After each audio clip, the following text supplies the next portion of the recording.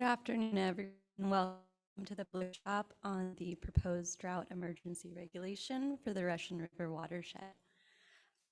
Today we will go over information related to the proposed regulation, and we'll hold a Q&A session to answer any questions as well.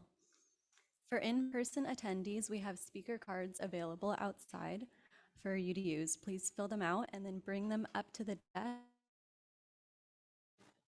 For Zoom attendees, please submit your questions to the chat. We'll answer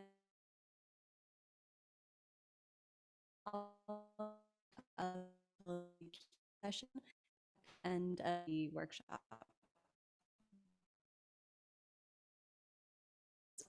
On the Russian River Drought webpage. Our first item of the day is a Russian River watershed and hydrologic update presented by Sam Boland-Bryan of the Division of Water Rights. Then we'll move on to item number 3, moving over the Voluntary Water User Response Steering Committee. After that is item number 4, where Philip Dutton of the Division of Water Rights will go over specific changes.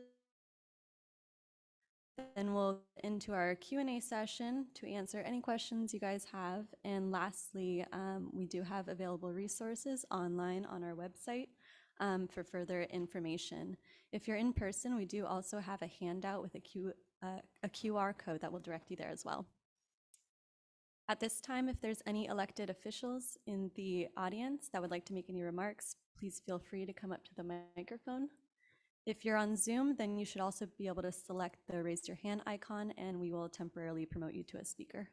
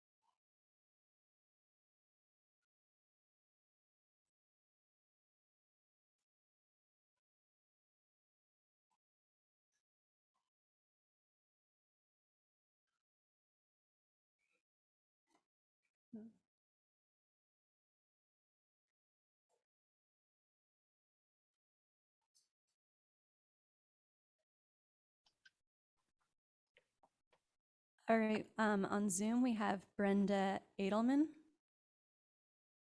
Hi, Brenda Edelman.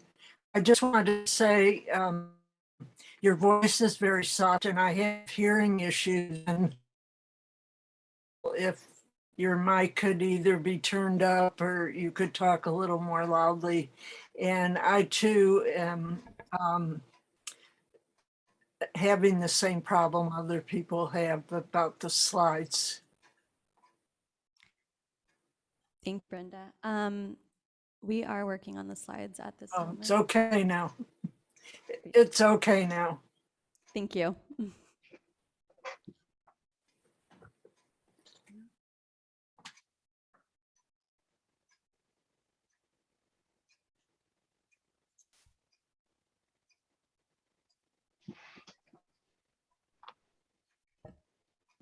Hi, if Supervisor McGordy is still available on Zoom, we'd invite him to give some remarks before we get started with the rest of the presentation. Hi, can you hear me? We can. Yeah. Okay. Well, good afternoon, everyone. I'm really happy to be with you today, and I'm very anxious to hear what you have to say.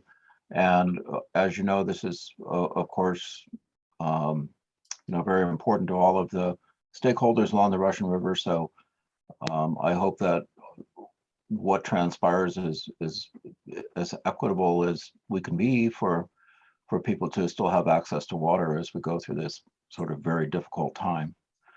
So with that, thank you very much and look forward to hearing what you have to say.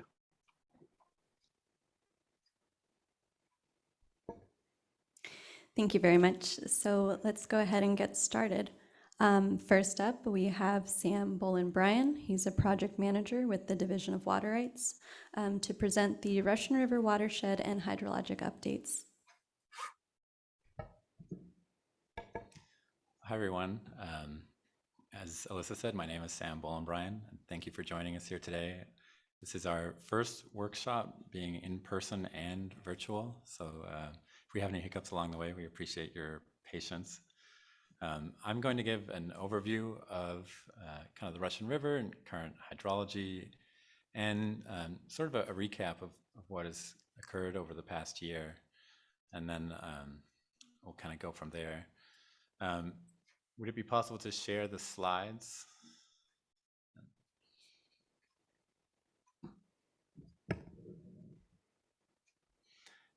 And we are getting live feedback from the audience about how loud I am. So please keep that coming and I will adjust accordingly.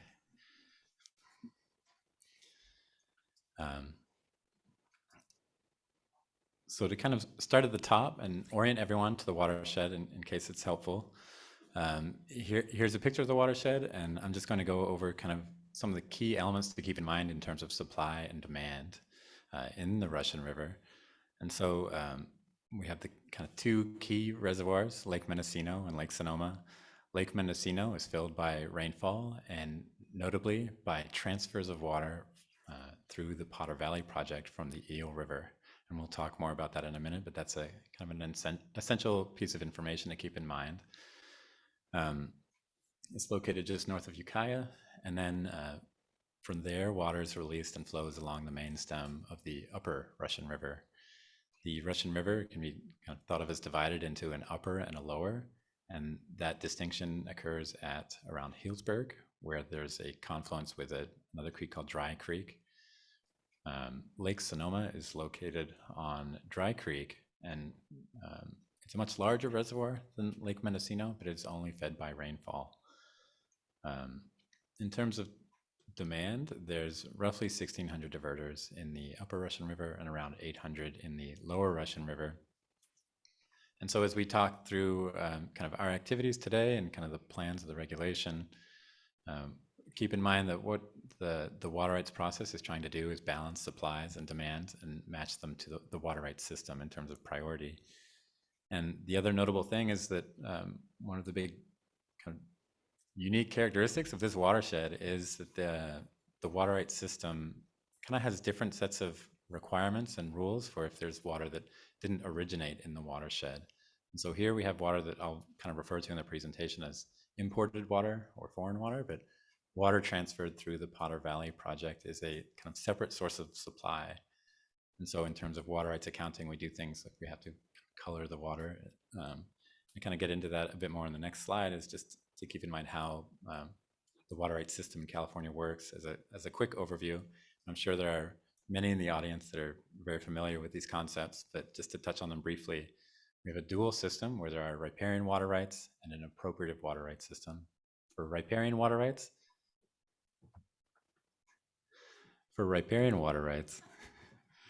it's for those on Zoom, it's pretty loud in the audience, but I will talk louder. So the riparian system is for parcels that touch the water course, and they have a right to the natural supply. They don't have a right to the imported water. So in this case, the Potter Valley project flows. And so there are some water right holders that only have a claim to a certain portion of the flow in the river. There's also the appropriative water rights system, which is kind of more familiar to everyone, which is first in time, first in right. So those that kind of first develop the water right have a more senior claim. And then within that, we actually have kind of two distinctions. The State Water Board has permitting jurisdiction over those water rights acquired after 1914. That's when our current set of laws for managing the water rights system came into being. And then there's also those that are pre-1914, where the water right had to be developed prior to 1914. and they did not need to receive a permit issued by the State Water Board in order for the right to exist. So I just kind of note these main buckets of water. These are kind of how the priority system works.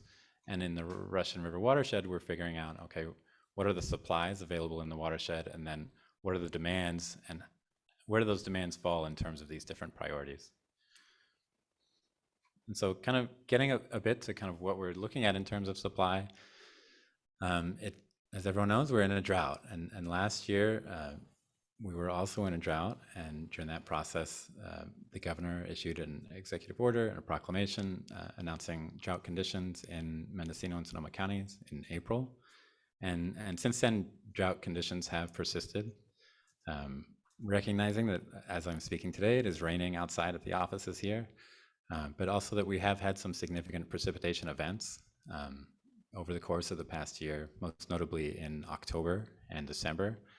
However, overall, we're still in drought conditions because January, February, and March have really been exceptionally dry. And what that is, this is kind of a figure showing the drought conditions. And really what I want to emphasize is that precipitation is below normal and well below normal. And when rainfall is low, it leads to water supply shortages and then a greater need for the water rights system to kind of allocate the available supplies. And as kind of a result of this low precipitation, those reservoirs I mentioned earlier are also experiencing low storage conditions.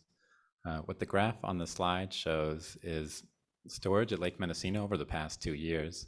And last year, as we're in critical drought conditions, Lake Mendocino storage was exceptionally low and at a risk of emptying completely. And then as you can see through that red line, storage conditions improved with the big storms in October. And where we are right now is kind of this kind of stable conditions where there's some inflows to Lake Mendocino and there's releases from Lake Mendocino to maintain in-stream flows along the Russian River. But storage is still fairly low, I think is the kind of the main picture there. And obviously compared to 2 years ago, we're at about half. And the concern is that as we enter the dry season, the storage could be drawn down again as Lake Mendocino is making releases to maintain the flows in the river. And this is another way of looking at it. It shows Lake Sonoma as well, just to give a bit of perspective that both storage reservoirs are still low for this time of the year. And as we were making these slides, we were kind of not anticipating rainfall. We are entering the drier part of the year now. And so any rain, especially this week, we're fairly lucky, and it will become increasingly unlikely that we'll see much more precipitation heading into kind of the main part of the summer demand in the system. And kind of getting to that, this is a graph of forecasted natural flow in the Upper Russian. And what we're really seeing is that there's, absent any more precipitation, that natural flows are going to go really low in the Russian River this year. And so what that means is we have these kind of existing demands, and they each have an associated water right priority based on kind of when they started diverting, their appropriation, or if they're riparian. And that particularly for riparian water right users, there could be a circumstances this year where there is no natural flow available in the system, which has important ramifications for whether those riparian water right holders are able to divert. And so what the Division of Water Rights has been doing is kind of managing supply and demand. And we have implemented an emergency regulation over the course of 2021. And today we're kind of here to discuss readoption of that regulation. But first, I think it warrants a look back at kind of how conditions were last year. And what this graph shows is reach losses along the Upper Russian River, color-coded by USGS gauge along the river. So those USGS gauges are kind of named based on location, and those locations are shown on the right in the graph. And what you can see is we issued curtailment orders in August of last year. We adopted the emergency regulation in July, in June, and kind of had it implemented in July. And what the graph is showing is even after kind of issuance of the curtailment orders, which is an order to cease diverting, all water right holders in the Upper Russian were ordered to cease diversions. And we still saw significant reach losses. But as you can say, they improved over time as the curtailments came into effect. That's part hydrology of the system, but also part of the response of everyone in the watershed. And so what we're seeing, though, is if you add all of these numbers up, that kind of gives you a sense of how much water was lost from the Upper Russian River. And all of those losses result in additional releases from Lake Mendocino. And so there's this kind of, you can think of it as reach losses contributing to the drawdown of Lake Mendocino. And so we have this kind of feedback loop where Lake Mendocino has this increasing risk of emptying or being drawn down unnecessarily if there are diversions occurring in the watershed. And those diversions are removing kind of releases of stored water. And so since October, what we've been doing under the current emergency regulation is to kind of match supply and demand in the system to make sure that people are only diverting when they have water available under their priority of right.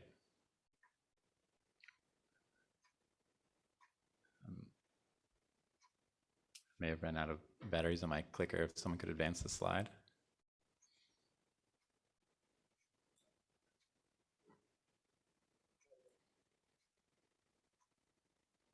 There we go. So what we're currently doing is analyzing supply and demand in the watershed. It's using a tool called the Drought Water Rights Allocation Tool. We have the acronym, we can call it DRAT, which I'm not a huge fan of the acronym. We can also call it the allocation tool. And so what the allocation tool that we have currently is assessing natural supply in the system and the supply of these flows from the Potter Valley project, and then comparing them to demand in the system and the water right priorities of each of those demands, and trying to optimize kind of the matching of supply and demand. And so it divides up the watershed into smaller sub areas and then assesses the supply and demand in each of those sub areas to try and allocate as much water as possible, and then identifying at what priority date there is a shortage. And so we've been continuing these analyses since October. And basically what the result has been is that we've determined that a temporary suspension of curtailments can occur. So we don't need any curtailments currently. There is enough flow in the system to satisfy all water rights demands.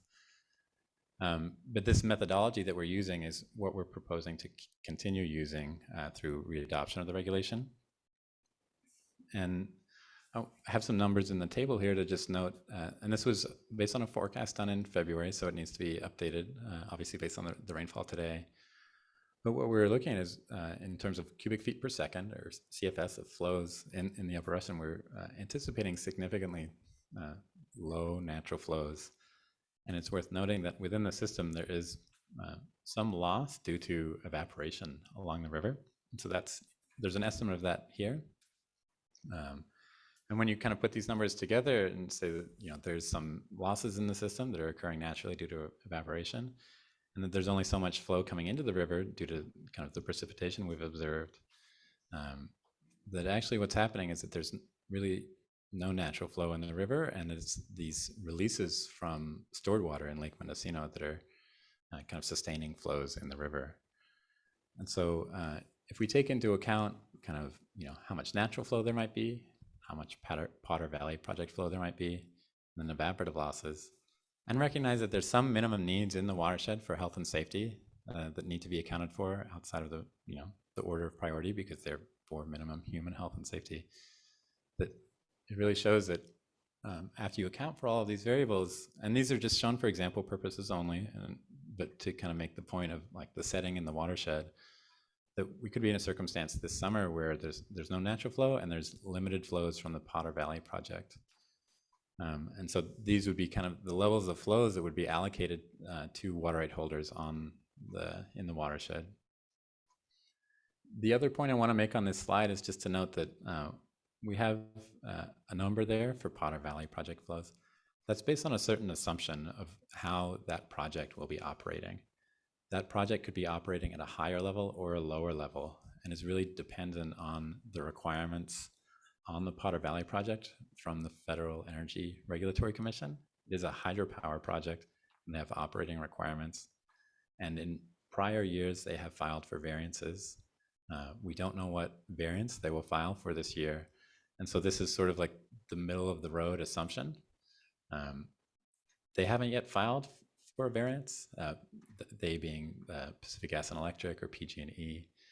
And so we don't know what the numbers will be, but I just really want to emphasize they could be significantly lower than this, or they could be significantly higher. There is an element of variability in the system based on what happens there. And that will have as we can kind of just show from these example numbers, a large effect on the availability of flows in the watershed and the extent to how many water right holders need to be curtailed. And so these are sort of numbers to show what we're seeing and what we're trying to forecast. And as we get closer to the summer months and we know more about what is happening with that project, but also what's happening with natural conditions, how much more rain are we going to get, we'll be able to start making announcements of water availability. And a speaker in a little bit will get into the methodologies we'll be looking at. But really, the main takeaway is that we'll be using this drought water resources allocation tool. And that will be kind of the method we'll be using to allocate the shortages in supplies this year. And the regulation will be describing that. And so that's sort of the plan at a high level, is that we have this task of matching supply and demand in the watershed, and that we're going to be using that allocation tool to do so, and that it will be formalized in the emergency regulation.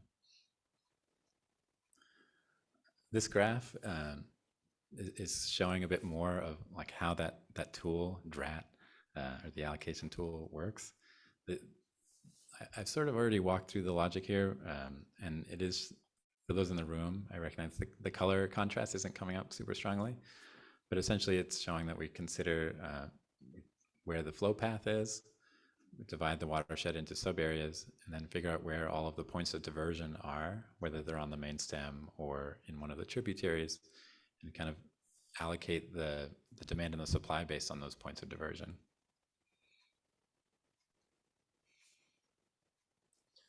And that is sort of the summary of what we've been doing and what hydrologic conditions have been, and kind of implementation of the 2021 regulation so far. We're now going to transition into discussion, an overview of discussions, a concept and program that's been under development over the past year, that's really been working in parallel to implementation of the 2021 regulation, is to find maybe an alternate way of doing this. There are a few, there isn't just one way to figure out how to share the challenge of a supply shortage in a watershed. And so there has been a group that's been working really hard to figure out maybe there is a better way forward where we avoid the difficulties of the water rights appropriative system, where it's really all or nothing. You either have water available for your water right or you're totally cut off. And so I'm going to invite up members of the Russian River kind of drought response steering committee, and they're going to go over the next part of the presentation.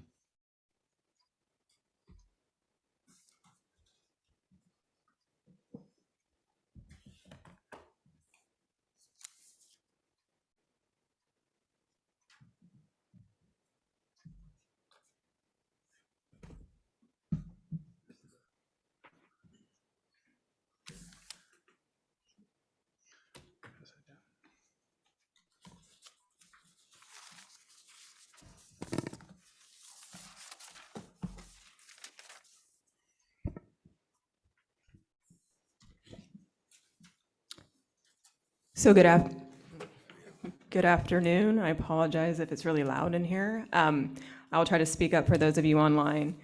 My name is Devin Bohr. I'm the Executive Director of the Mendocino County Farm Bureau. To my left is Philip Williams. He is the water attorney for the city of Ukiah. And on the far left is John Nagel, who is a board member of the Sonoma County Resource Conservation District. We are a very small representation of the large group of individuals that have been working, as Sam alluded to, as the steering committee, for lack of a better definition, trying to work on what may be an alternative to what we've seen in the past in 2021 with the curtailment.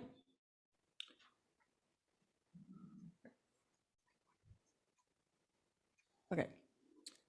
So again, calling this is something fairly general at this point, but what we are talking about is the Upper Russian River Drought Response 2022 Water Users Program.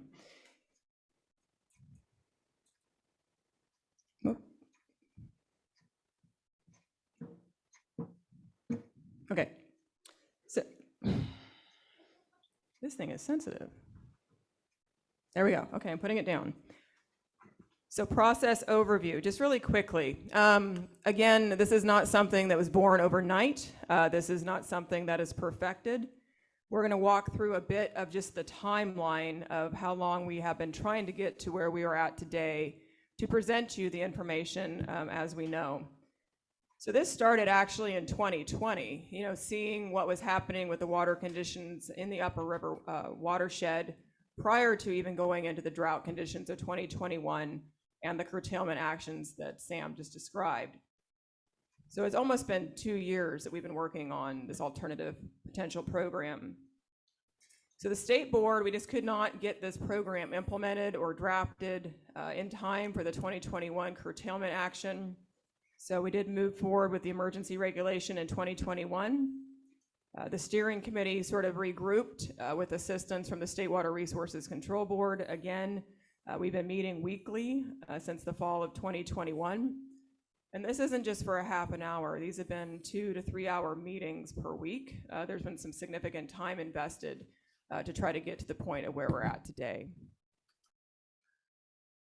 So the State Water Board is going to be moving forward again on May 10th with the emergency regulation for 2022. And we are hopeful that the program that we are trying to put in place, that parallel tract, which is a good reference, as Sam mentioned, will be incorporated into that emergency regulation in May. And then our goal is to continue to find local voluntary driven programs that can serve as alternatives to a straight curtailment action. There are ways of moving forward, and I think this is one of them that we are hopeful about. So this is really fine print for those of you in the room, but for those of you online, you can definitely read the list of participants who have been involved in the steering committee. And this is a very diverse group representing variable interests in both counties. We are proud of that. There's been lots of conversation, lots of points of views that have been brought forward. And one thing I do want to highlight with this slide and with the previous slide is there's not a template that we were given that was already in place in any other watershed that we really took this from. This is sort of from the bottom up, from scratch. And it's really going to be important for us to try to evolve this program as it moves forward, not just for this watershed, but perhaps for other templates for other areas in the state. So we've had tribal interests, we've had local municipal interests, we've had city interests, we've had agricultural involvement, and various other entities involved as well. So next slide.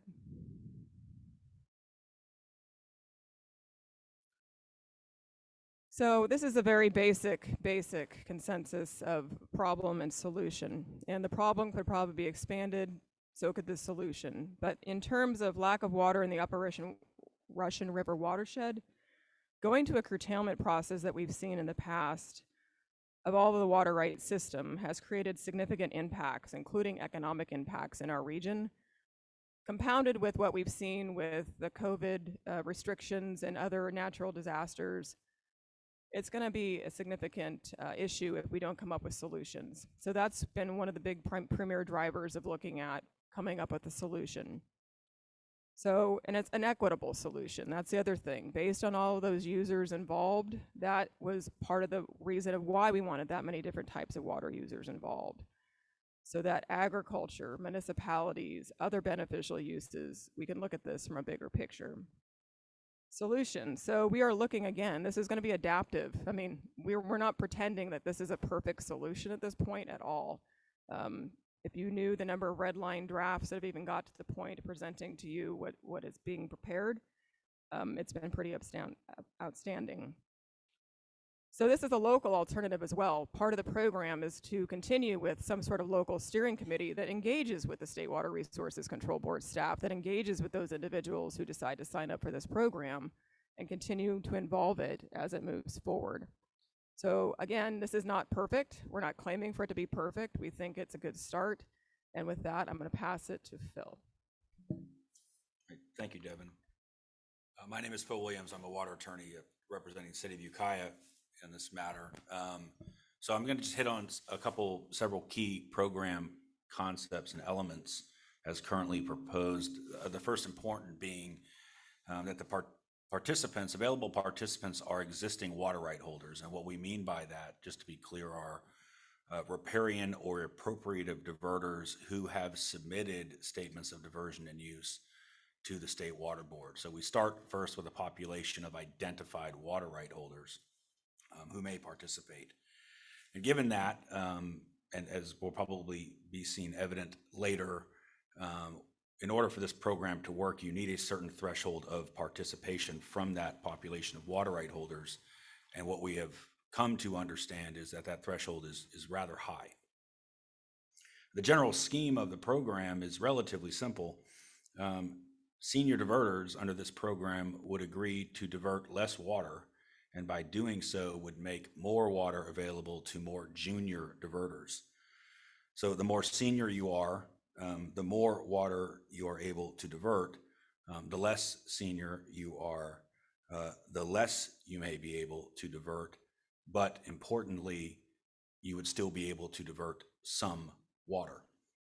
Because under a strict adherence, and Devin touched on this very well, but under a strict adherence to the water rights priority system, in this kind of a situation, certainly the one we faced in 2021, a strict adherence to the water rights law may leave some senior diverters able to divert their entire face value of their right, and leave some junior diverters, and whether that be ag or municipal interests, completely unable to divert. So this program was an attempt to try to strike the right balance between existing water rights law and competing imperatives like equity and better balance of the system. So again, this is going to be based off your reported use from 2017 to 2019 on those monthly averages. And your ability to divert would depend upon the type of water right you have, whether you are a riparian diverter or an appropriative diverter. It would, for appropriators, it may depend on the date of, it will depend on the date of priority. And then of course, it'll depend on the available supply for that given right. The State Water Board, as Sam mentioned, is going to continue to update their demand and supply projections to make sure we all understand how much water is available and that we can understand that the program is in fact still viable. Participation in the program, this is an important point. Participation in the program may result in the avoidance of being curtailed completely. So if you are going to participate in the program, and I will refer you here to proposed section 877.4 of the emergency regulations, where the State Water Board have identified a placeholder as essentially an off-ramp for curtailment. Now, to be clear, right, and to be fair, there is a circumstance potentially where things get so dry and so bad that there just simply isn't enough water for senior diverters to forbear using to make enough water available for juniors. So there is a certain hydrologic condition where this program just may not be workable. I don't think we're there. I certainly don't think we're there yet, and I'm not sure that we will get there this year. So the State Water Board importantly, the State Water Board may still curtail non-participating water users. Of course, they would need to do that based on an analysis of the available supply and the water right in question. Transfers and exchanges under the program are still allowed, so you may have participants willing to move water between each other, and that may count toward the forbearance threshold. And then finally, and importantly, John may touch more on this later, but through reporting, it's the hope of and the vision of the steering committee that through participation and through this program and the reporting that would be embedded in it, the entire Russian River community would have a better sense of available supply and demand, have better information available so that we can make better decisions going forward. In terms of next steps, On May 10th, we expect the emergency regulations along with this program to be presented to the State Water Board for their consideration for adoption. The emergency regulations currently have a placeholder, as I mentioned earlier, for this type of a program and participation in that program. Water right holders at that point would be able to enroll into the program by signing some form of agreement with the State Water Board. The State Water Board will continue to update its demand and supply projections, and as we go along, participants would be reporting their water usage and essentially their compliance with the terms of the program. So those are the key elements and the next steps, and I'll hand off to John. So how much water? That's the big question which everybody wants to know. How does this affect how much water I will get? Last year, a lot of people got no water. Essentially, they were curtailed, and that was the end of it. For those people with running municipal or community water systems, they had a health and human service amount of 55 gallons per person per day. But for other people, such as in agriculture, there was no additional water available. So what this does is that if you look at it from on a monthly basis between May and October, what were your average usage in 2017, 18, and 19? And that would be your baseline against which you would forbear against or you will conserve against. So if someone's giving up some water for you to use, you don't get to use as much as you always have. You conserve based upon a percentage of what you had used per month from 17 to 19. And so that's basically it. And what exactly is the amount you would have to conserve? Well, that is going to be based upon the conditions that exist at the time of implementation. And there's a lot of variables, right? So we talked about natural flow, talked about the Potter Valley project. That is a uncontrolled activity. That's something we have no control over. That's PERC and PG&E, and that will be a big factor as to how this whole program will work. The number of people participating, and of course the weather. If we get a lot of hot, dry winds early in the season, that will affect the availability of water and the demand on the water too. So why sign up? Well, if you're a farmer and you got nothing last year, this will give you something, right? So that whole concept about a health and human need at 55 gallon per person per day for municipalities and residential users, we thought of this as a health and human safety or health and human need for plants, right? What's the survivability needed for perennial crops? And so if you're able to divert and use 25% of your normal use, that's enough to keep your plants alive for the next seasons. So it's some water is better than none. This balances between senior, junior users in municipalities, agriculture, and other beneficial uses such as the environment. It's all part of a local solution. State Water Resource Control Board did not come in and said, this is how you need to do it.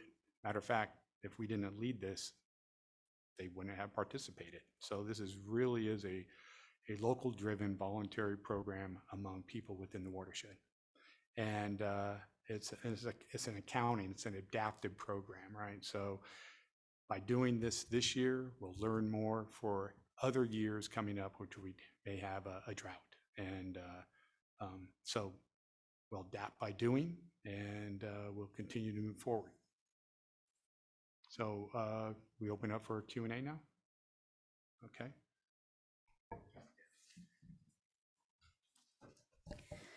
So now we're going to take question and answers specific to the water user agreement, the item number 3, I think it is on the agenda.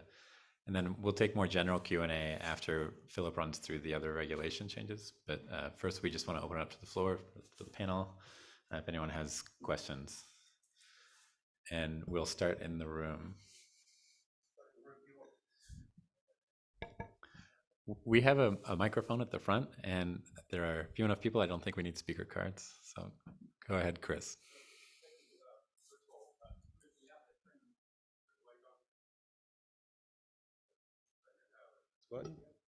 So I'm Chris Shearing. I'm a staff attorney at the California Farm Bureau. And thank you to Sam for your presentation today and all of your staff. I appreciate the opportunity to be here. I've just got a couple of, two actually honest questions. And, you know, the old adage is that a lawyer should never ask a question he doesn't already know the answer to, but I generally don't know the answer to these two questions. And maybe they're not for Devin, maybe they're for the other two gentlemen on the panel. But the questions are this with respect to the voluntary program, which voluntary is good in my book. But one thing that the first question is one thing that was not covered in John's why sign up slide was what the incentive to seniors is in the process. Why do seniors want to sign up, share the pain of the juniors? I understand why a junior, you know, some water is better than none, but if you're a senior, I saw some of the things on the slide, but that's what I'm wondering if that's a critical sort of vulnerability. And then the second question is, I'll ask them both and then sit down, is what is the perceived blowback to non-participants? In other words, is there anything about this voluntary program that means that non-participants are going to be in a different situation with respect to their order of curtailment or timing of curtailment or anything else? So that's it. Thank you.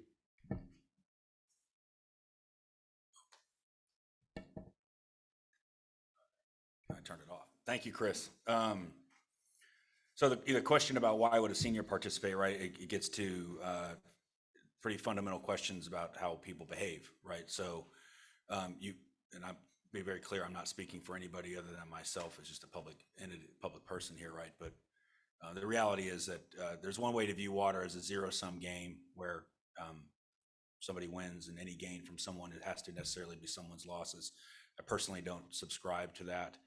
I think that a more balanced and nuanced appreciation for the demands and multiple imperatives may incentivize certain seniors to be willing to provide less water or divert less water and still meet the demands from their residents or their constituencies or their crops, and still recognize the ability to make more water available for people who would otherwise have nothing. So it comes down to a question of how does that calculus run for each particular senior, and how do water rights holders see themselves operating, and not trying to get too fluffy about it, right? But the larger community of water right holders along the Russian River. So that would be just one thought as to your first question, sir. I'd like to chime in really quick. I think it depends upon the portfolio diversity of each individual diverter as well. I know there are senior diverters in the upper basin that have alternative water sources that they may be able to turn to, whether that's contract water through the Russian River Flood Control District, recycled water through the city of Ukiah. So there could be willingness, depending upon individuals' portfolios and water availability to them as a senior, that might make them more willing to look into this program. One other element of this is the economic resilience of the entire region.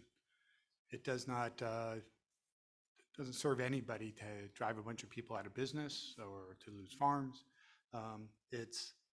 We all are living in this watershed, we all function in it, we all benefit by a robust economy.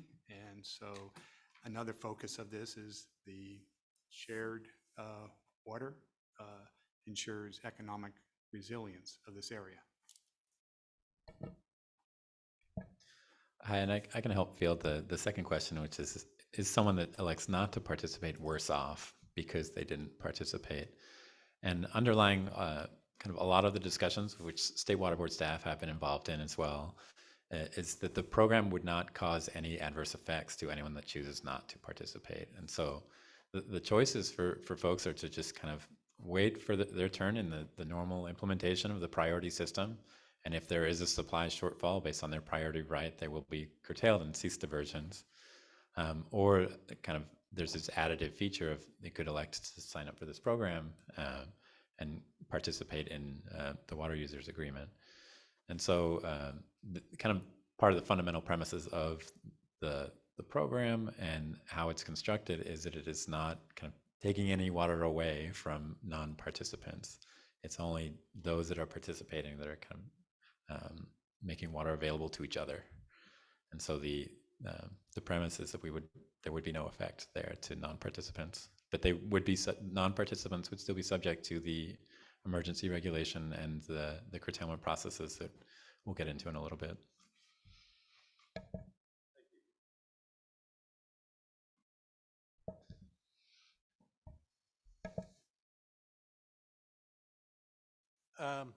Question, my name is Jim Rickards, and how does this affect seasonal diverters? The only time I fill my ponds was with rain runoff during the winter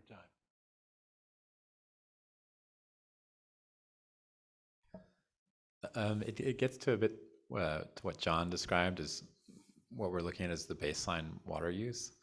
And that baseline water use is for the months of May through October.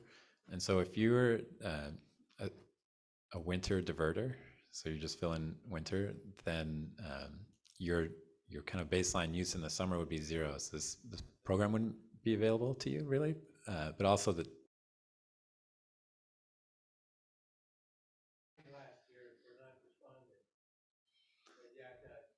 Okay, that's helpful to know. But in terms of effects on your diversion patterns, that's the piece where there wouldn't be a change from your current diversions. We were evaluating the availability of water through the winter as well. However, this last winter, supplies were high enough that there weren't any curtailments during the winter months.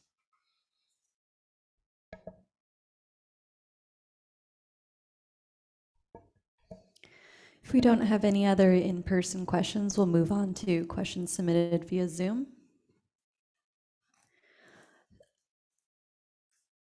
So what percentage of diverters need to sign on for the program to work?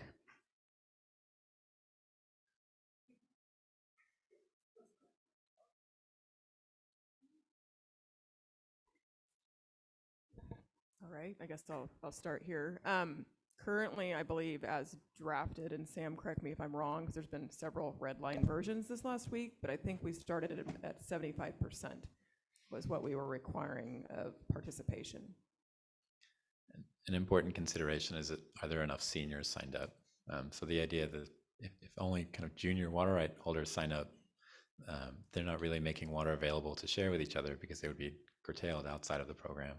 And so implementation may be more like how many that would have water available to share sign up for the program. And is that enough to make it like a viable pool of water for the program to use?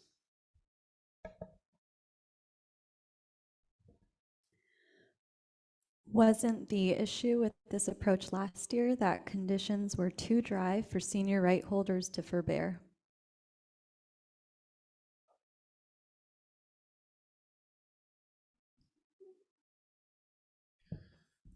The conditions last year were exceptionally dry and driven by low precipitation. As I mentioned earlier, that it was one of these variances filed by PG&E with FERC, where the flows from the Potter Valley were exceptionally low, and also the storage conditions were really low. And so the combination of all those variables together meant that there really was no flow available for diversion. And we're hoping that this year that the numbers will be better so that there will be some water available for sharing. And I just, if I may add on to that, Sam's right. I think Sam's right. And also, I think part of the issue last year, speaking from personal experience, was this year we're benefiting from a much more robust look at the elements of the program, whereas last year it was more of a reaction in an attempt to try to solve something. And I'm just not sure apparently there was not enough time to get that through. Whereas this year we were able to devote significant resources to actually developing a program that the State Water Board thinks is viable.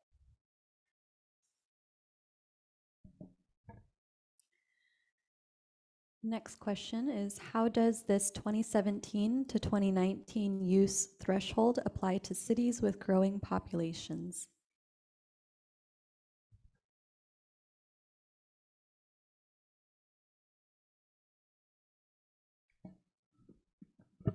Well, the baseline from 17 to 19 for the cities, essentially the fallback position for municipalities and residents is the 55 gallons per person per day. So that's the backstop. And also, that question was raised during some of the meetings, and part of the challenge is we need some baseline to start the program, and that it was a lot of the members of the steering committee agreed that in future years, it's one of the elements that needs to be reevaluated.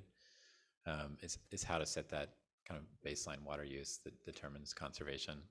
And so I think it's an element of the program that's going to evolve over time. But right now, the best data we have is the data that was prepared for the regulation last year. And so that's our starting point. And I did want to specify too, and Sam had it up earlier in his presentation, there is a cubic feet per second flow calculation that's already been determined for health and human safety exemptions to a certain percentage as well. So that has been considered in looking at the supply availability before we even start the implementation of the program. Next, we have, why isn't this voluntary user process public since it involves public entities? There is no public info being shared on this effort.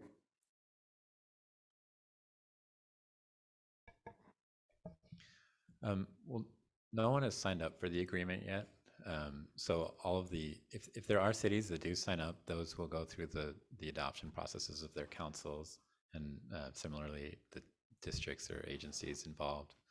If they do kind of like to enroll in the program, it would be through their decision-making processes. The process has been available to people. If we haven't kind of rejected any requests to join and participate, and the group has grown over time due to that. So if there's folks that would like to participate in these calls, please contact me. The administration and the logistics have been handled by the State Water Board staff, and this is things like setting up a Zoom call. But there's also these are hard topics, and we have, as Devin mentioned, met like every week for a couple of hours, and so it's, not everyone has the availability to meet that frequently with that much time invested. But what do the others think on that question?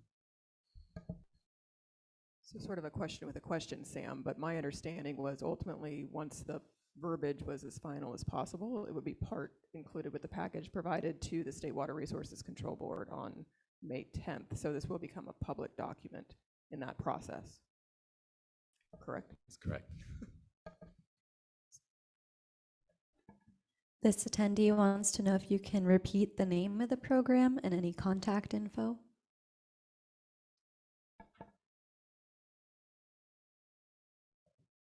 So the name is pretty broad at this point in time, and we kept it that way. So we're calling it the Upper Russian River Drought Response 2022 Water Users Program.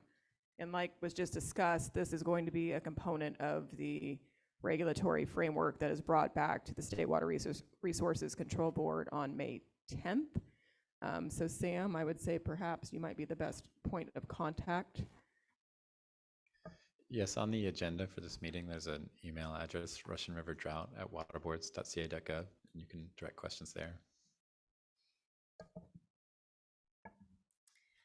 Next question, will this voluntary program allow Lower Russian River watershed right holders to participate?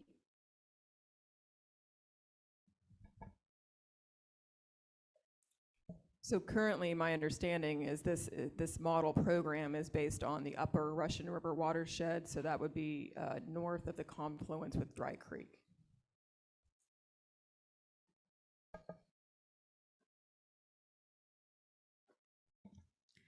Will seniors be curtailed differently this year?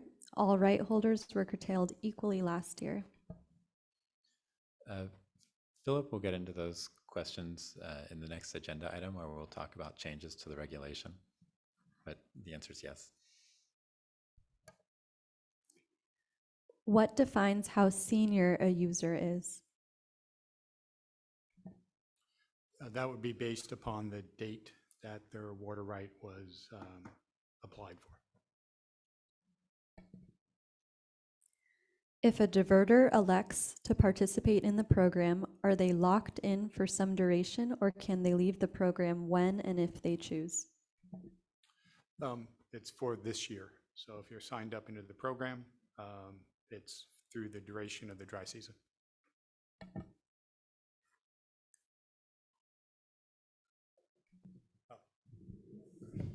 We have discussed, though, we have discussed the opportunity, I mean, we have discussed the opportunity for water users to withdraw from the program, though. The question then would remain, is the program still viable once you hit a certain amount of withdrawal?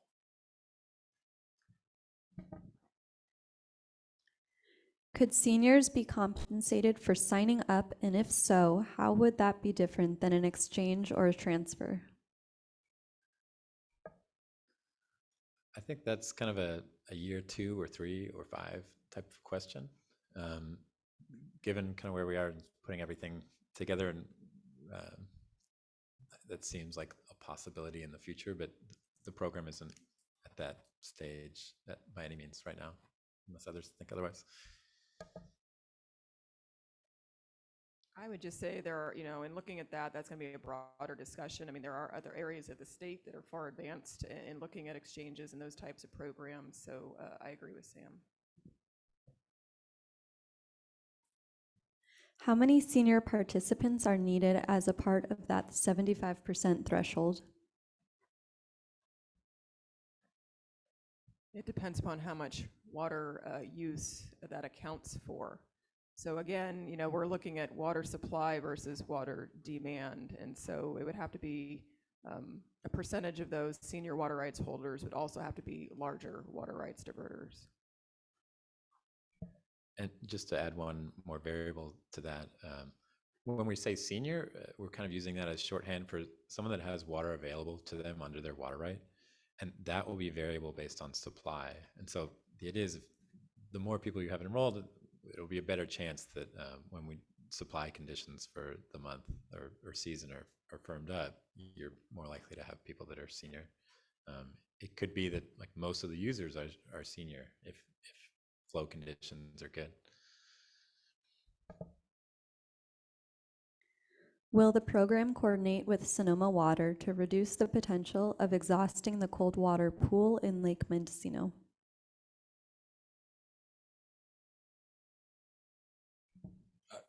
The observation I will make is that Sonoma County Water Agency has been heavily involved in this process from the beginning. And so we have been coordinating with Sonoma County from the beginning.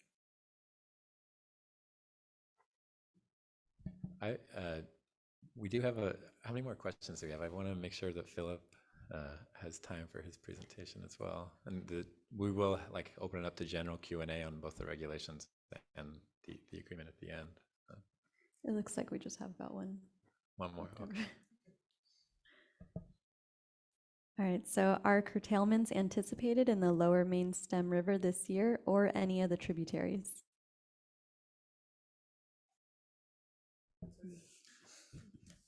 Yes, so we'll cover that in kind of the proposed changes to the emergency regulation, but again, it really does depend on what hydrology provides over the next few months and what kind of rain we see even in the next week or two, and what the drawdown is from there through the season, but maybe.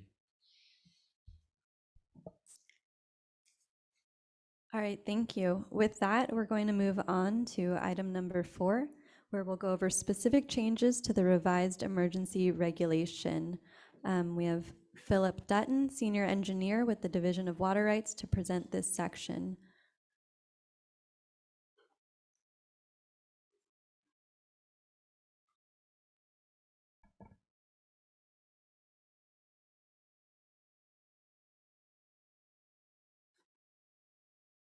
Hi, good afternoon, everyone. Can you hear me? Looks good in the room, a little so-so. Any feedback from the Zoom? If you can hear me, please, that sounds good. I'm hearing myself in the room. Good afternoon. Thank you for being here, everyone. As Alyssa says, my name is Philip Dutton. I'm the Senior Engineer here at the Division of Water Rights. Going to move in today to talking about the proposed emergency regulation for adoption this current year. Our proposed changes this year, we're looking at 4 particular changes in the regulation. As you can see here, the first one being water availability methodology. Sam's talked a little bit about that already. The second one that we'll talk about today is VDI, or Voluntary Drought Initiative Project Protection for the priority tributaries. The third one, we've just talked about our local conservation program. I realize, Devin, you gave the name earlier. It's quite broad. And then there's revisions to the curtailments and the exceptions that we're using in the regulation as well. I also want to note, though, that the regulation that the board will consider on May 10th will include some reg text that's updates necessary from some of the other watersheds across the state. For example, we've got definitions that are changing in our sections here. So there'll be changes to the references made in sections to the other watersheds as well. So the package that goes out with the board agenda for the May 10th meeting will be a bit broader than what we released publicly last week.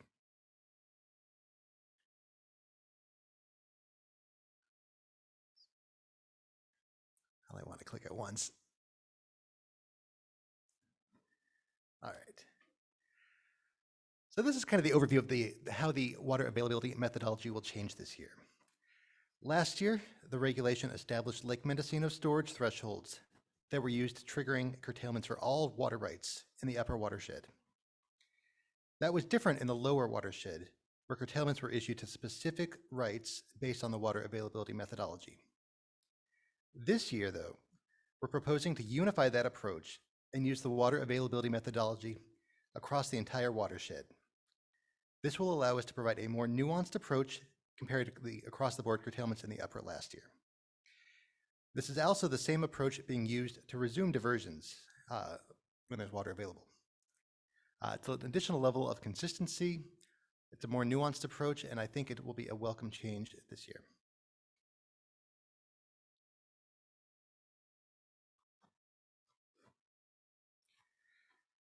The next item that I'll just share with you and discuss a little further is the flow protections for 4 priority tributaries. Cdfw and Nymphs, the National Marine Fisheries Service, have identified 4 priority tributaries for enhanced outreach and education efforts in the lower watershed. This is in support of their Voluntary Drought Initiative Program, VDI. The 4 tributaries that you can see here: Dutchbill Creek, Green Valley Creek, Mark West Creek, and Mill Creek. The proposed regulation would allow the Deputy Director to implement curtailments along the 4 creeks when he determines that continued diversions would unreasonably interfere with the VDI releases or augmentations. Curtailments essentially then in these 4 tributaries could be enacted for one of 2 reasons: either the broad water availability, showing that there's not water available for diversions, which would target certain rights based on their priority, or curtailments could be triggered to protect the VDI flows, which could target all impacted diversions.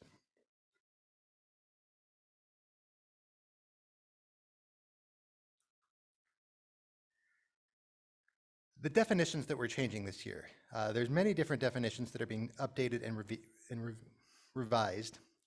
A couple of the administrative terms of note. One is the definition that will be new this year. It is a curtailment status list. The status list will enact curtailments or require reductions in diversion. It will be published online. Updates to that list will be noticed via email on our LIRIS email list. Those of you that are familiar and paying attention to other watersheds will recognize this is a very similar approach to what was implemented in the Bay Delta, and it's a similar approach to how we've implemented the temporary suspensions this year and how we would notice the continued diversions should the temporary suspensions no longer be in place. Other definitions that are changing this year: we are consolidating the definitions of the upper and lower Russian River watersheds because, as proposed, the common methodology for water availability analysis does not require distinct watershed boundaries. Some other definitions that are no longer being required this year with revisions and repealing of different sections are being taken out of the regulation package as well.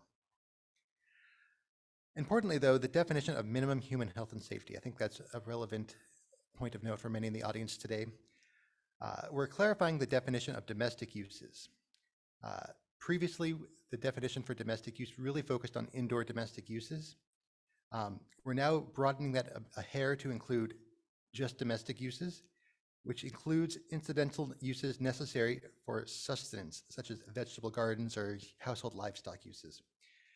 Like I say earlier, previously that definition was strictly indoor uses, and we didn't have the flexibility to approve those per se under the regulatory definition. Another change to the definition of minimum human health and safety needs, we're including references to urban water suppliers and uses under their most severe stage of their water shortage contingency plan. This requires urban water suppliers to achieve at least a 50% reduction if they're seeking continued diversions under a minimum human health and safety exception. Let's go to the next slide.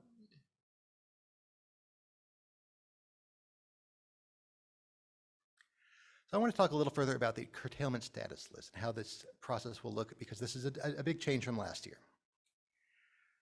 New this year is, upon the effective date of the regulation, we plan to issue curtailment orders to all water right holders or their agent of record. Those in the upper will recognize that that was similar to how we approached this last year, but that was because upon issuance, all water rights were curtailed. The curtailment orders that go out may not immediately require curtailment or a ceasing of diversions. Rather, water right holders will be directed to a curtailment status list published online to find the status of their curtailment. Also new this year, the curtailment orders will provide an assigned water budget. The default budget assigned is going to be based on that same 2017 to 2019 reporting. The deputy director then will use the curtailment status list to direct the reduction or cessation of water diversions. And again, that's either when there's water unavailable for diversion based on the water availability methodology, or to protect the VDI flows in the 4 priority tributaries.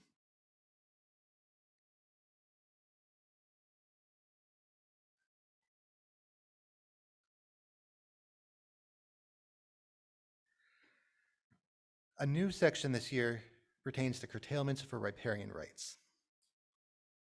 And this is akin to the correlative sharing requirements that we mentioned a little earlier. Especially in the lower watershed last year, there were instances where a riparian right had a shortage in its subbasin, and our methodology, our regulation didn't really have an avenue to issue curtailments for those rights to provide for that correlative sharing requirement. The regulation this year provides this framework. Curtailment orders for riparians and appropriatives alike, like I say, will establish a water balance, a water budget, essentially a maximum allowable diversion set at that reported 2017 to 19 reporting. Now keep in mind though that riparians though are not limited to a face value. They may divert above and beyond what was previously reported in their 2017 to 19 period. A riparian user may inform the deputy director of an alternative water use plan that goes beyond what's in the 2017 to 19 reporting. There will be a certain window, I believe it's set at 14 days in the current regulation, for them to so inform the deputy director of that right, or that diversion plan, which will then go into our demand methodology as well. Riparians who do not inform the deputy director will go back to that default of 2017 to 19. If a riparian has not previously reported, or they have an unclaimed or dormant riparian right, they will be subordinated to the junior most priority in the watershed. In periods of shortages where water is not fully available to meet the riparian demands in the subbasins, riparian right holders will be informed of a correlative sharing requirement. This curtailment status list will list a % reduction of what they had previously established as their baseline.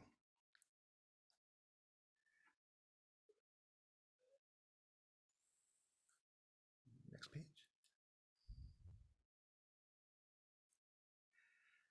Let's talk a little bit about minimum human health and safety. This process is not planning to change dramatically from last year. We've talked a little bit about the change to the definitions, but the same self-certification and petition processes are not proposing to change. So again, like it was last year, there's a self-certification process that is available to those who need to seek continued diversions at less than 55 gallons per capita per day. any petition process for anyone who needs to go above and beyond 55 GPCD or cannot account for their water use on a gallons per capita per day basis.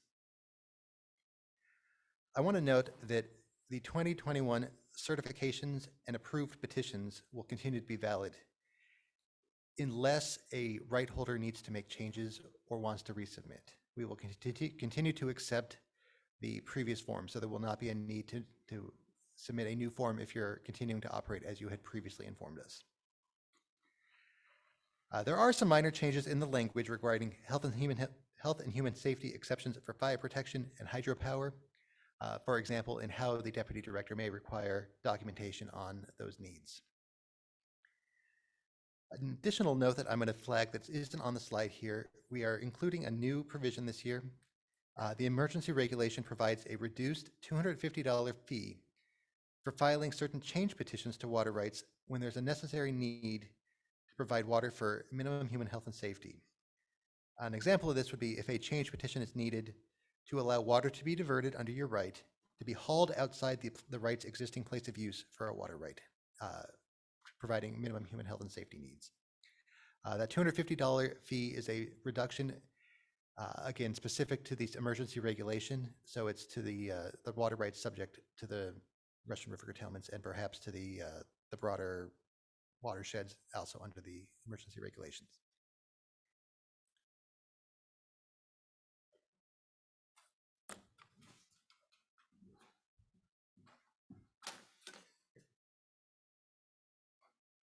More juice, let's see.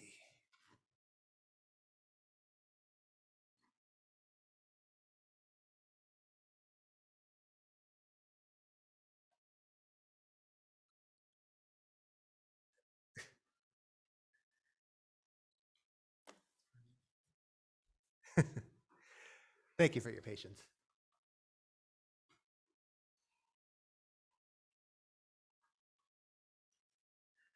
A couple of notes on implementation and reporting this year. A big change to this year, and I hope that this is agreeable to many of you. After receiving a curtailment order this year, right holders will not be required to submit a certification that they have received and will comply with the order. We got a high response rate last year, and we've received much of the technical information from those that we need. We are not requiring that initial certification again this year. Responses may be required, though, for petitions and exceptions, although, as I noted before, your existing requests may still be valid. Reporting will still be required for those that are continuing to divert under some sort of exception to the curtailment. And cross my fingers that our clicker is working. It's not. Someone can advance me to the next slide.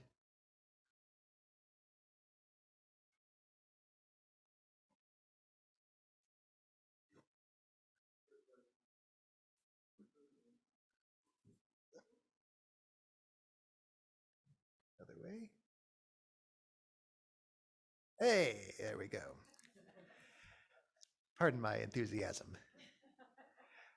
Couple of notes. I mentioned earlier that there are some changes that we will also be planning to reveal and present in the public with the board agenda package when they go out ahead of the May 10th board meeting. Things that you should expect to see in that are revisions to the reg text in response to public comments today and before the April 18th comment deadline. We're proposing to include a section of reg text supporting the voluntary regional agreements. And as I mentioned earlier, there's some broader incorporation of sections from other watersheds that will need some housekeeping updates as well. There may also be some other unanticipated changes that need to be made before the release of the version for the board consideration ahead of the May 10th meeting.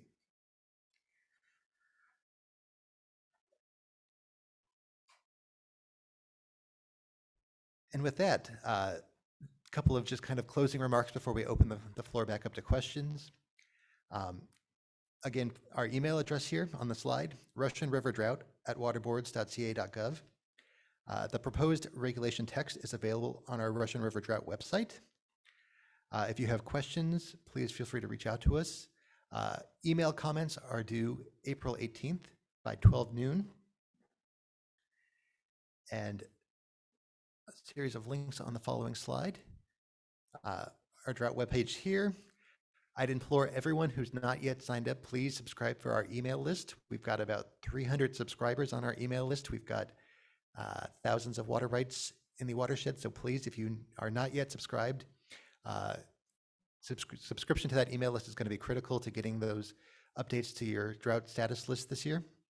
And then, of course, we've got the current status of temporary curtailment suspensions posted on the Drought webpage as well. With that, I think that closes my slides, and I'll invite Sam to slide back over, and we can address any questions.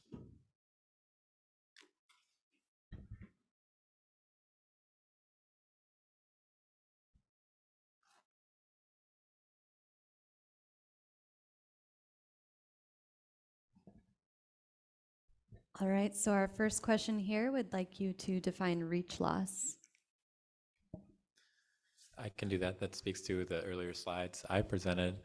I had a graph on reach loss, and what that is quantifying is the amount of water lost between each USGS gauge along the Russian River.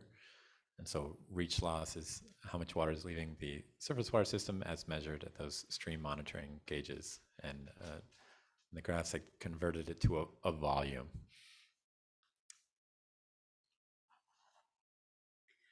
All right, next question. What are the assumptions for requiring fish and public trust flows in the upper and middle reach Russian River? If Decision 1610 only applies to the East Branch of the Russian River and therefore storage and releases from Lake Mendocino, what are the requirements for water right holders to leave flows in the balance of Russian River? The methodology proposed this year allocates the available supplies in the system based on water rights priorities. It doesn't change the flows or obligations to meet those flows that are in Decision 1610.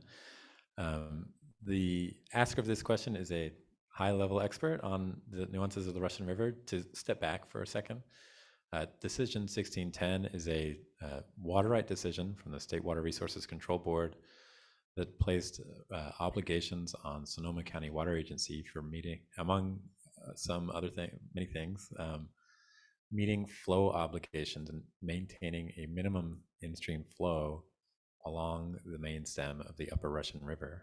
And so Lake Mendocino stores water during the wet season and then makes releases during the dry season. And part of the purpose of those releases is to maintain a minimum flow in the river. And so that question is kind of asking about how does the regulation treat that we call them Decision 1610, D1610 flow obligations? And the short answer is that the regulation doesn't change them. There's other kind of processes there that are available to Sonoma County Water Agency related to that. So this question was asked previously, but will seniors be curtailed differently this year since all right holders were curtailed equally last year?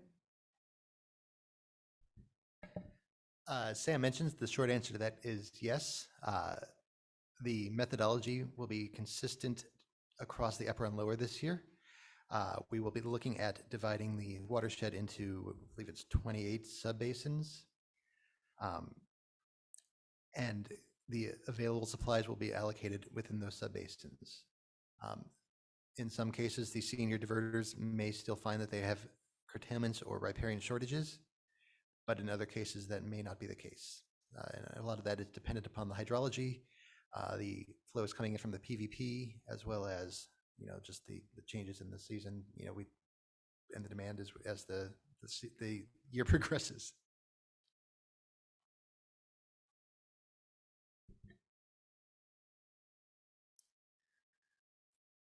All right, so Sam talked about specific rules for imported water, and this user wants to know, how do these rules differ from regular water? I should use more precise language when I said different rules. It's kind of the water rights law treats water that's foreign from a watershed differently. And so I had a graph earlier on that showed there's riparian water rights and appropriative water rights. When there's water that doesn't originate in that watershed, so in this case, it's imported flows from the Eel River, Those obviously are available to everyone in the watershed because it's a certain flow path. So the water is released into the east branch of the Russian River and flows along the main stem. So it's only those users along the main stem that would be able to physically access that flow. That's one kind of consideration. Another is that riparian water rights only have a right to the natural flows in their watershed. So that's the most important consideration to keep in mind, is that water users can appropriate these foreign flows. So if they were pre-14, they can kind of, those diversions had to have been happening before 1914, or if they were started their diversions after 1914, they had to have been issued a permit or a subsequent license from the State Water Board. And so those appropriators are the ones that have appropriated these Potter Valley Project flows. And so that's what I mean when I said different rules, is just saying that how the water rights system functions for that foreign water is really important for this watershed because such a substantial amount of the flow in certain conditions is foreign water. And so I just, it's not a rule being proposed by the regulation. It is just, the regulation will be implementing that kind of aspect of what is already part of water rights law. So this question is going back to what you said about Decision 1610. They want to know, are there any obligations for Russian River water right holders to leave any minimum fish flows, since D 1610 only applied to the impoundment of the East Branch Russian River? There's not.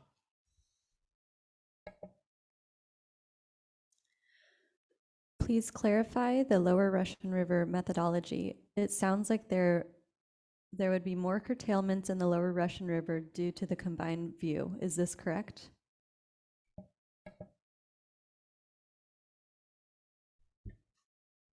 I don't know that there's more. I think really in the Lower Russian River this year, we're looking at the same methodology that was implemented previously.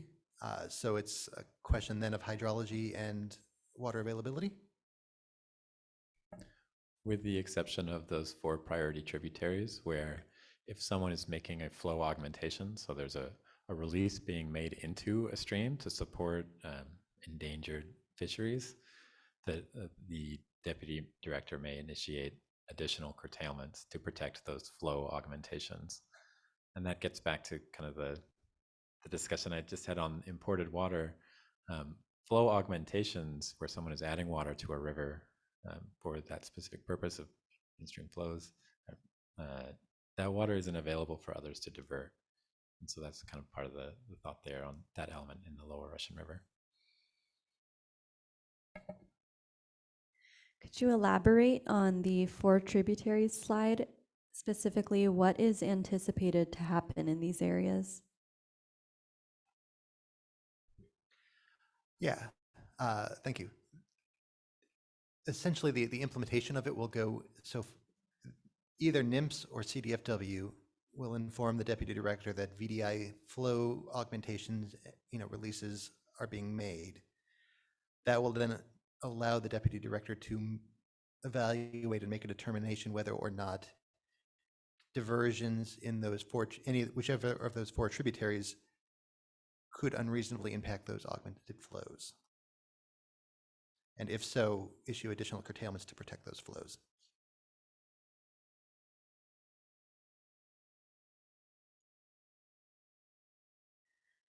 How does the 10,000 acre-foot reservation for water users on the Russian River in Sonoma County factor into priority methodology of section 877.2 to determine availability? For the benefit of others participating in the workshop, I will kind of describe some of those terms a little bit. Sonoma County Water Agency has 4 permits in the watershed, and they cover diversions at Lake Mendocino and Lake Sonoma. And as part of those water rights, there are terms and conditions. So those are like the requirements of the water rights. One of those terms in the water right for Lake Mendocino says that and I'm going to be paraphrasing here because I didn't memorize the exact words. I think it's term 23 in their permit, if folks would like to look it up. But it basically says that water users in the Russian River Valley in Sonoma County are able to divert water that was stored by Lake Mendocino. And so this is different than normal water right processes. Usually when someone has stored water, it becomes theirs. And so different, it's no longer naturally available to others. It's no longer kind of a part of the natural supply that everyone can divert. It becomes owned by the person that put it into storage. However, this term kind of makes at least 10,000 acre feet, this term makes 10,000 acre feet available for these users along the Russian River in Sonoma County. It has an asterisk in it, and it says that water up to 10,000 acre feet is available for diversion by others, provided it isn't needed to meet in-stream flow obligations. So basically what that term means is if Lake Mendocino is running low and there's a risk that there isn't enough water in storage to meet the flow obligations that Sonoma County Water Agency has due to D1610, that 10,000 acre feet is not available to users in Sonoma County. And so the question here is that 10,000, how is that 10,000 acre feet reservation treated? And right now the regulation is silent on that element. Last year, for those who were paying, really tracking it, the State Water Board, when it adopted the regulation, it adopts it through, approving a resolution. In that resolution, it said because storage at Lake Mendocino is so low that the 10,000 acre feet is not available for 2021. And so we may be in a circumstance this year where storage could be so low again that the 10,000 acre feet is not available. However, right now the lake is increasing. Potter Valley project flows may increase, so we may be in this middle zone, and that's something we are kind of watching conditions, and maybe it needs to be addressed in the emergency regulation. So if anyone has comments on that element, I'd encourage you to submit them to us, and we'll take them into consideration as we kind of take a look at all the comments after the 18th.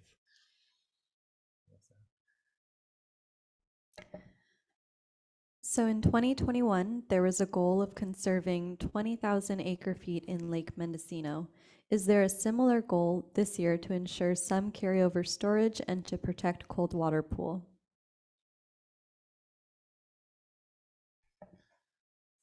There isn't currently. That may tie to the prior question.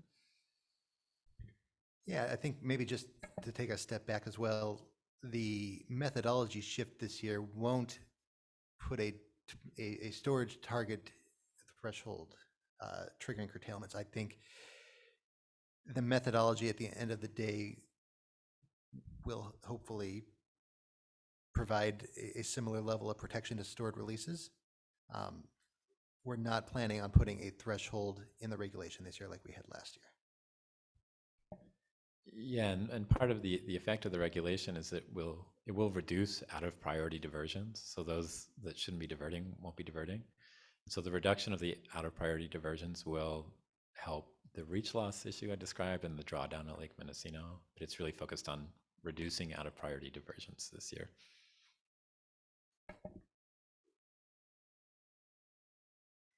Are water releases from Lake Mendocino to comply with D1610 minimum in-stream requirements protected from diversions under something like a Term 91?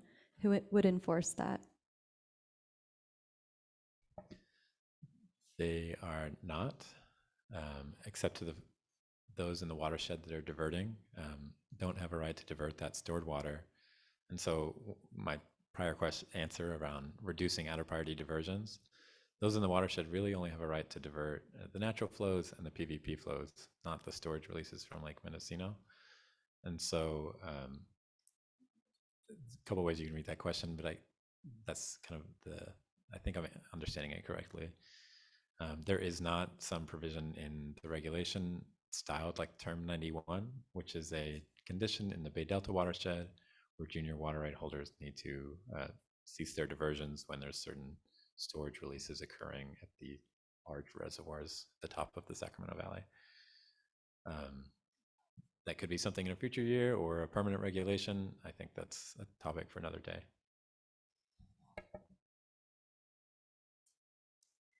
Is there some consideration on the non-existent reach to the river system by a small springs a significant distance from the river or Blue Line Creek?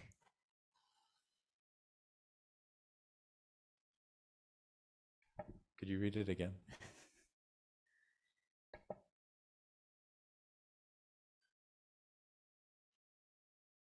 Is there some consideration on the non-existent reach to the river system by a small springs a significant distance from the river or Blue Line Creek?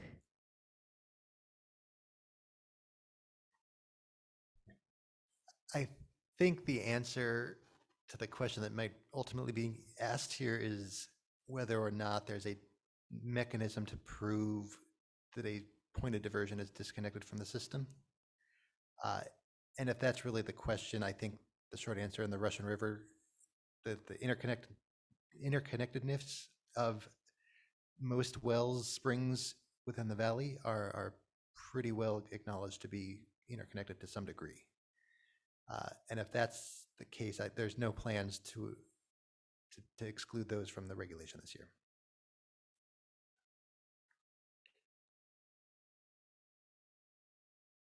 Are there any plans or resources available for greater enforcement of the curtailment order this year, given continued reach losses last year after curtailment orders were issued? We are always trying to improve our enforcement processes. The team here today is not responsible for the specific enforcement activities. We do have a kind of a liaison from the enforcement staff here, but the plan there, I think you can think of it as we're starting earlier. Part of why we're readopting the regulation, in May, is that the regulation will be effective through the whole kind of dry season, and so likely there will be more enforcement activities due to that.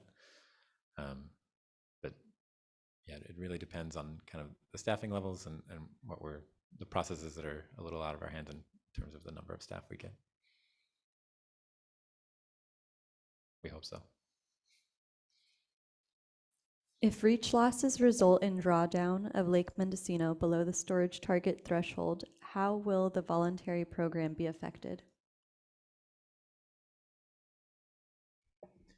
There won't be a storage target threshold similar to last year. That section of the regulation is being repealed.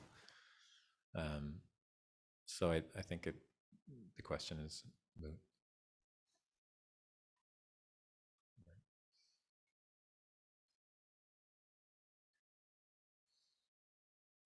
Maybe just to add, though, that the voluntary program is very dynamic, and if conditions warrant, and I think the panel earlier mentioned, that certain hydraulic conditions may just show that the program is not viable this year.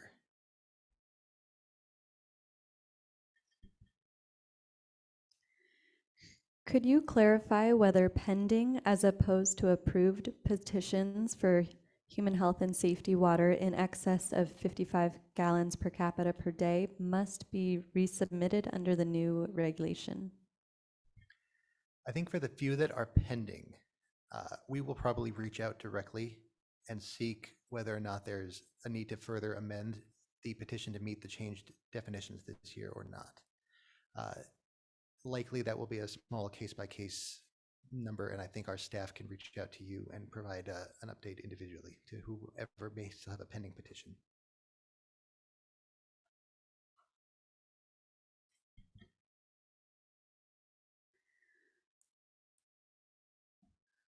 What fish species are being supported in the warm Russian River over the summer with the water release? I think that's a question more to D1610 and opinions about those flows, and so we're not answering them today. It's out of the scope of what's being kind of addressed or changed in the emergency regulation.